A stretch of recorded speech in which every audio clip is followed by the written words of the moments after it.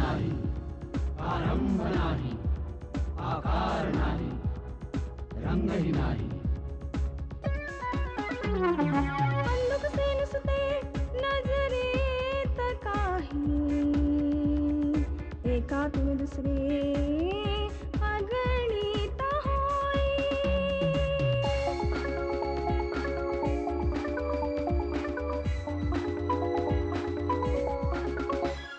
अशा काळाचा असा शोध हा, कालौद्याचा आज शोध हा,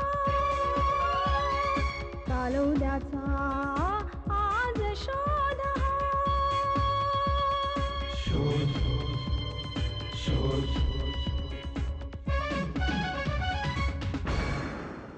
शोध शोध. दोघे फिरायला उटी मैसूरला गेले आणि तिथे खाण्यामध्ये त्यांच्या विषबाधा झाली. त्यामुळे तिला ताप आला आणि 2 दिवसामध्ये ती वारली. हो, मला वाटतं तसं. काय काय आहे, माझ्याकडे क्लायंट होता. या माणसाने 6 महिन्यांपूर्वी आपल्या बायकोचा इन्शुरन्स केला आहे, 2.5 लाख रुपयांचा. इन्शुरन्स फक्त बायकोच्याच नावावर का? जॉईंट का नाही? शक्यतोवर नवरा बायको मिळून एक इन्शुरन्स काढतात. मग इथे असं का नाही? सर, इथे फूड पॉयझनिंग म्हणून लिहिलं आणि 2 दिवसानंतर त्याचा मृत्यू झाला. कुठे आहे तो आता? कुठे गेलाय का? गेल्या 1 महिन्यापासून पत्ताच नाही. जया वारल्याचं शेजारी सुद्धा माहिती नसावं. हो ना. मग आता हा महेश राहत कुठे असेल? अगर ये महीने में उसने ठीक तरह से काम नहीं किया ना तो उसको निकाल दूंगा. समझे? मला असं वाटतं काहीतरी काळबेरं आहे, समथिंग फिशी. बर,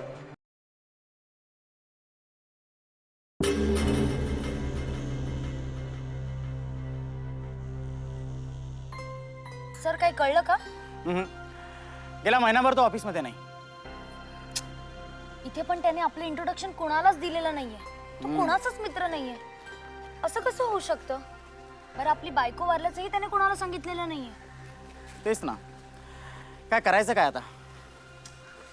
मुझे तो दाल में कुछ काला लग रहा है बॉस. नाही तर मला असं वाटतं की आपण त्याला फॉलो करायला पाहिजे.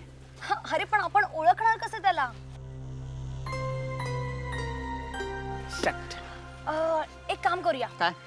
तुम्ही त्याच्या नावाने ओरडा. मी काय ओरडणार आहे? महेश महेश महेश काय? नॉट अ गुड आयडिया ना. हॅलो, महेश राजदरकर.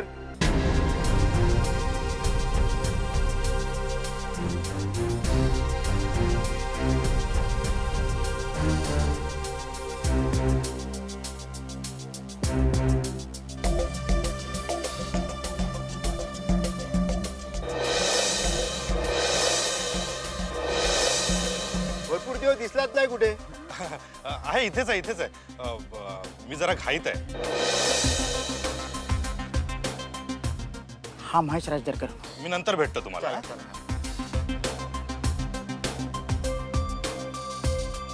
चल चल.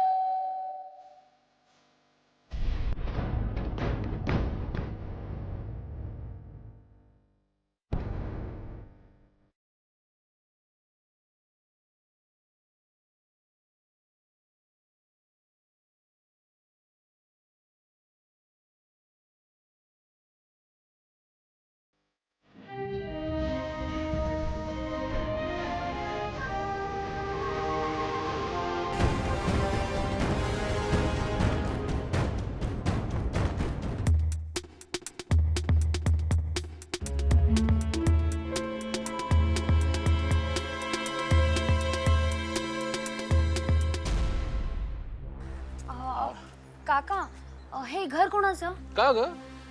नाही म्हणजे भाड्याने घ्यायचं होतं ना म्हणून विचारलं. आत्ताच गेलं 1 महिन्यापूर्वी. कोण राहतं? कोणी महेश म्हणून आले आहेत. एकटेच राहतात का? नाही, बायको आहे त्यांची सोबत. Okay, thank you. थँक्यू. सर हां. अटक करायची का? नाही नाही नीता, अटक नको. आपल्याकडे कुठलाही पुरावा नाही आणि आत असलेली बाई जया आहे की आणखी कोण हे सुद्धा आपल्याला माहिती नाही. होऊ शकते की महेशने तिला उटीलाच मारलं असणार. कुठली ॲक्शन घेण्याच्या आधी आपल्याला अमर सरांना भेटायला पाहिजे. अजून तरी महेशला संशय आला नाही. Let's go Nita, let's go. शोध शोध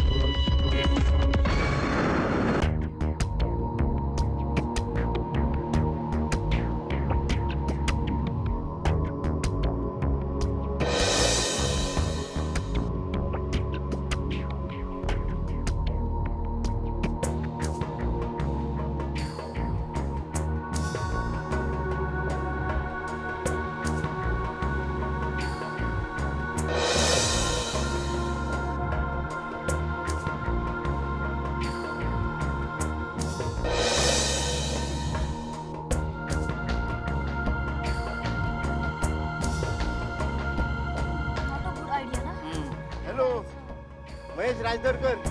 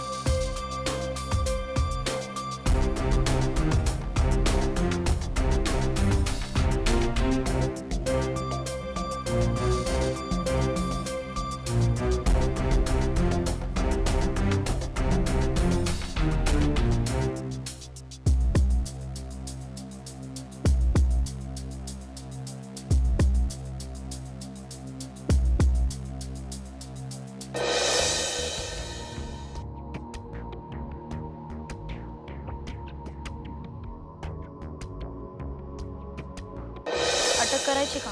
नाही नाही नाही, आता अटक नको. कारण आपल्याकडे कुठलाही पुरावा नाही आणि आत असलेली बाई जया आहे की आणखी कोण हे सुद्धा आपल्याला माहिती नाही. होऊ शकते की महेशने तिला उटीलाच मारलं असणार. हे बघ नीता, कुठली ॲक्शन घेण्याच्या आधी आपण अमर सरांना भेटूया. अजून तरी महेशला संशय आलेला नाही.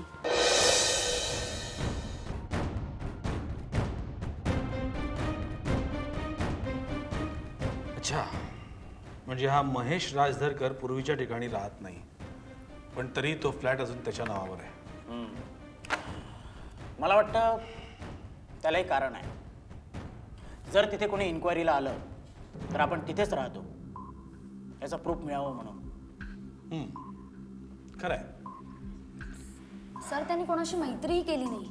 आपली बायको वारल्याचं कोणाला सांगूही नाही. हो, हे म्हणजे डोक्यावरून पाणी आहे. एनिवे रोहित, त्या घरात जी कोणी आहे ती जया आहे का दुसरी कोणी बाई आहे हे आधी शोधलं पाहिजे. वाटेगावकरनी हा फोटो पाठवला आहे. हा त्या जयाचा फोटो आहे. अच्छा, ही का ती जया?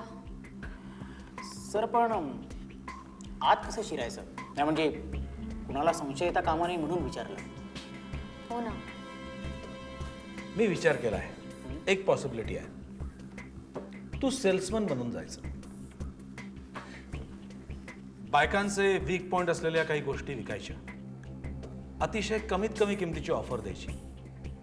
म्हणजे त्या घरात जी कुठली बाई लपली असेल किंवा लपवली गेली असेल, ही ऑफर ऐकून ती बाहेर आली पाहिजे अशी ऑफर द्यायची. ती जर जया असेल तर तुला माहिती आहे काय करायचंय, आणि नसेल तर मग पुढे आपण कसा तपास करायचा ते बघूया. सर पण काय प्रॉब्लेम?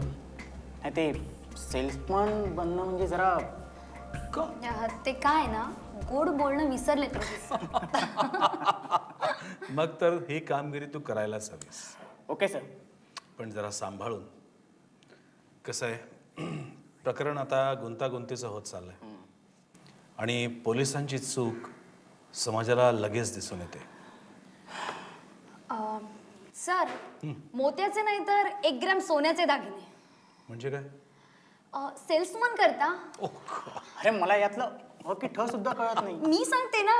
That's great. घे घे, शिकवणी घे. तेच. Okay sir. राईट.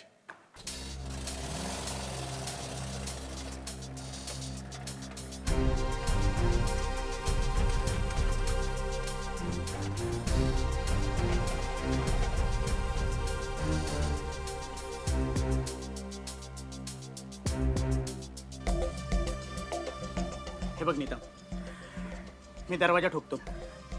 दरवाजा उघडला गेला तर आतली व्यक्ती कोणा ती बघतो.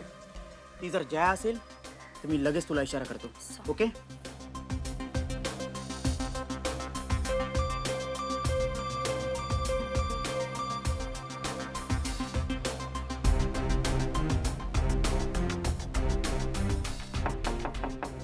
Salesman, salesman madam, salesman. सोन्याच्या वस्तू 2 ग्रॅम, 3 ग्रॅम, 4 ग्रॅम अगदी स्वस्त दरात 500 रुपयात. Salesman madam, salesman. कंपनीची नवीन स्कीम आहे. सेल्समन मॅडम, सोन्याच्या वस्तू, वेगवेगळ्या वस्तू, दागिने, कानातले. सर, 50 ग्रॅम सूट सूट. 50% सूट. कंपनीची नवीन ऑफर आहे. सोन्याच्या वस्तू अगदी स्वस्त किमतीत. सगळे दागिने, कानातले, नाकातले, सोन्याच्या वस्तूवर 50% सूट. Madam salesman, salesman. Neeta, Jaya.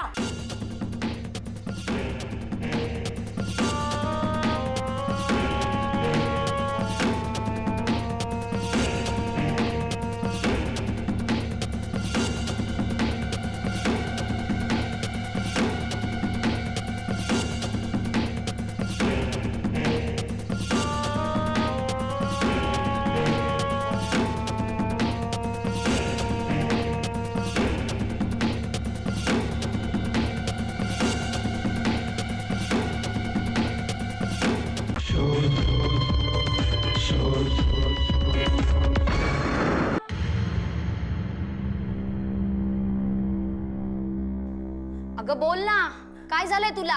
हा, मुकी आहेस का भैरी आहेस? का दातखिळी बसली आता तुझी? का मुकी आहेस का भैरी आहेस? अगं बोल.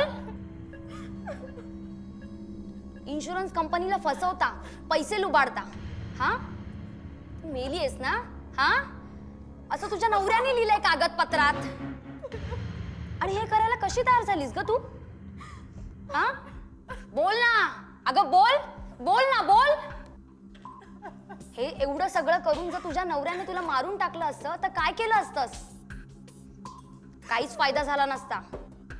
अगं जर नवरा वाईट मार्गाला जात असेल ना तर त्याला अडवायचं असतं का त्याची स्वतः साथ द्यायची असते?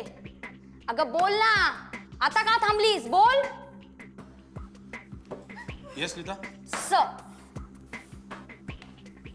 चल रे, चल चल. सर, महेश राजधरकर. या वाटेगावकर या. मिस्टर महेश राजधरकर, बायकोला मेलेलं दाखवून इन्शुरन्स कंपनीकडनं पैसे उकळण्याचा आरोप आहे तुमच्यावर. हे वाटेगावकर, तुझा प्रीमियम भरला होता ना मी. दिले असते माझे इन्शुरन्सचे पैसे तर तुझी कंपनी डुबली असती का? मिस्टर महेश, तुम्ही पोलीस स्टेशनमध्ये आहात हे विसरू नका. हिचं खरं नाव मेघना. मेघना? मग ही जया कोण? खरंच साहेब, माझी चूक नाही हो. प्लीज मला माफ करा. आमची परिस्थिती फार गरिबीची होती. मला बिझनेस टाकायचा होता, पण आमच्याकडे भांडवल नव्हतं. म्हणून विचार करता करता आम्हाला हा उपाय सुचला. 6 महिन्याचा गेम आणि मला माल. पूर्वी आम्ही दिल्लीला राहायचो. आमचा हा प्लॅन सक्सेस करायला आम्ही मुंबईला आलो. MH रोडला आम्ही फ्लॅट भाड्याने घेतला. मी आणि मेघना आम्ही अलिप्तच राहिलो.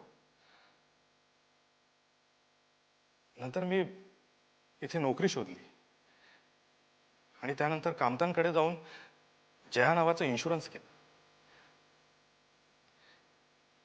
जयाचे कागदपत्र बनवायला मला फार त्रास गेला नाही.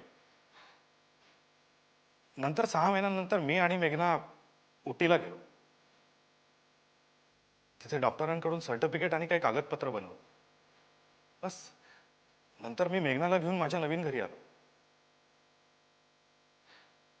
8-10 दिवसाचा प्रश्न होता. पेपर सबमिट केल्याबरोबर चेक मिळणार होता. कामतांनी सांगितलं आणखी 15 दिवस लागणार. आणि टेन्शन आलं आणि शेवटी तेच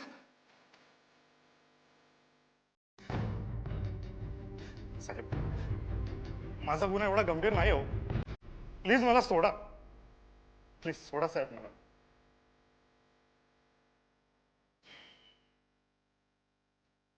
रोहित, त्याच्या शेजारी जे कोणी राहतात, त्याच्या ऑफिसमधले कलिग्स, त्या सगळ्यांच्या साक्षी नोंदवा. वाटेगावकर, गुन्हा दाखल झालेला आहे. या गुन्ह्यामुळे तुझ्या कंपनीला प्रसिद्धी मिळू शकेल आणि अशा गुन्ह्यांना आळा बसू शकेल. वाटेगावकर, तू डोळे उघडे ठेवून सगळं बघितलंस म्हणून या गुन्ह्याला आळा बसू शकला. नाहीतर राजरोज कोणी एक माणूस येतो, वाटेल तसे पेपर्स बनवतो, आपल्या शेजारी राहतो, पण कुणाला काहीही कळत नाही. समाजाने जागृत होणं खूप गरजेचं आहे. समाज जागृत झाला तर अशा गुन्ह्यांना नक्की आळा बसू शकेल. असे गुन्हे नक्कीच थांबतील. So help us to help you. Thanks Wategaonkar. Thank you sir. Nita, so madam ना आत घेऊन जा. सो रोहित, चला.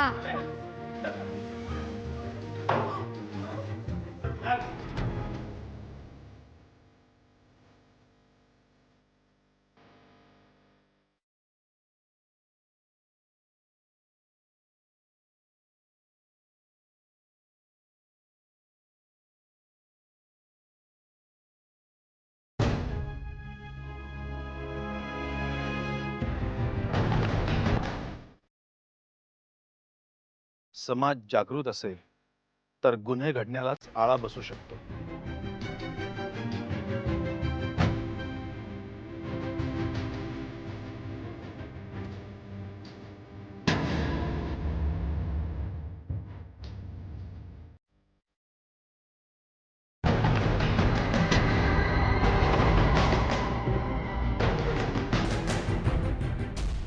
जर चिटिंग असेल तरच जिंकता येतं ना. प्राजक्ता, तू कुठला विषय कुठे नेतेस? मी मी कुठला विषय कुठे नेते? मी चेंज करून येतो. नुकसे नुसते नजरेत काही